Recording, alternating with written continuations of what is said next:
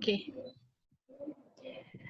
Assalamualaikum and hi. My name is Nurul Azazia binti Kailan and my metric number is 201799. Assalamualaikum and hi. My name is Nazira binti Baharom and my metric number is 201795. So today we want to present about Malay language, that is challenge faced by Malay language speakers. So we move to the next slide. This is the table of contents. First, introduction, that's challenge faced by Malay language speakers. Second is body. We have two main points. First, people bias perspective towards Malay people. Second, dialect speakers. And the last one is conclusion. Next slide. So I will be talking about the introduction. This our main point is Malay language. Then I will be talking about the history, problem phase, and group. First is history. Malay is a member of the Austronesian language family. The strong influence of Malacca in international trade in the region resulted in Malay as a lingua franca in commerce and diplomacy, a status that is maintained throughout the age of the succeeding Malay sultanates, the European colonial era, and the modern times. The language continued to develop into classical Malay, which was a diverse group of dialects, reflecting the varied origins of the Malay kingdoms. Next is problem phase. People's bias perspective towards Malay people and dialect speakers. Based on Hamdan and Rohana, they stated that the society does not care on the quality of Malay language. For example, it has been found that Malays tend to use Malay language compared to English, and in some cases, they tend to extremely code mixing and code switching between Malay and English in their conversation. However, in formal occasion, they will tend to use English because the presence of judgment value.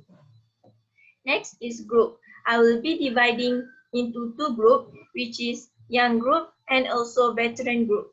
Young group, they have the tendency to speak mixed language, which is Malay plus English, while veteran group, they will use English according to the situation. Next slide.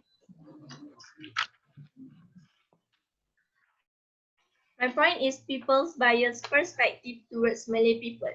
First, language shaming in Malaysia. The inability to speak in other language. In Malaysia, verbally bashing people for their stuttering and broken language used in our daily life. The inability to speak Malay has also received criticisms, but of a different kind. If speaking English has become an indicator of professionalism, speaking the Malay language signals one's loyalty to Malaysia. Next is students think negatively about Malay subject. They used to think English is more important than Malay language. Based on research done by Rani, he stated that most students have negative attitude towards Malay language in terms of education and economy. Students tend to build negative perception towards Malay language because it cannot function as the main medium for education. The usage of English to convey information as well as becoming multilingual is one of the factors for negative attitudes towards Malay language among students. Students tend to build negative perception towards Malay language because of the Malay community themselves that think English has a higher status than Malay. So I will be passing next slide to Azazia. Thanks, Nazira. We move to the next slide. So my point is dialect speakers. Majority East Coast people often get problems to speak in standard Malay language.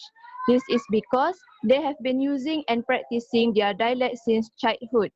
So this has become a custom among them to speak in their own dialect. Even they learn standard Malay language in school, but they still using the dialect either in their daily conversations, especially when they are at home or formal conversation. Actually, There are certain of people that cannot accepting in using standard Malay language. They're still in their own mind to using their dialect. So this situation will getting worse if there is no ways to overcome these problems.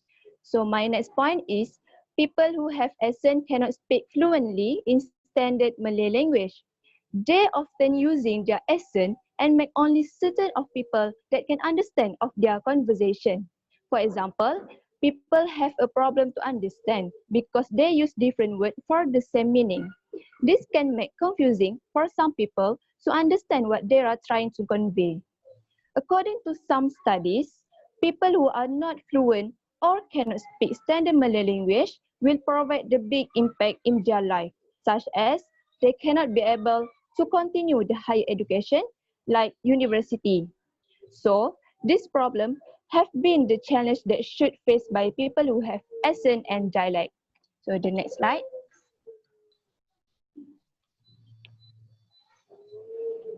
So this is conclusion. In conclusion, Malay language speakers should find the solution to these problems.